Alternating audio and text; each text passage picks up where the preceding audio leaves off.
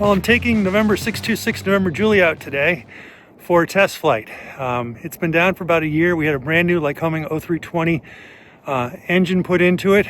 We've got new avionics, a Garmin 650, a GI275 Engine Monitor, a Garmin 660, and two G5s. One has an attitude indicator and one is an HSI. So we're going to go out and give it a flight.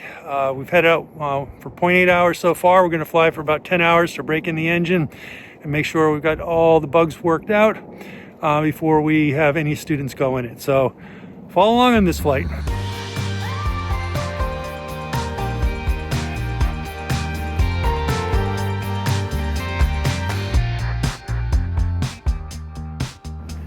And here's the brand new engine, and Lycoming O320, oil cooler, magnetos, really nice new wiring job in there.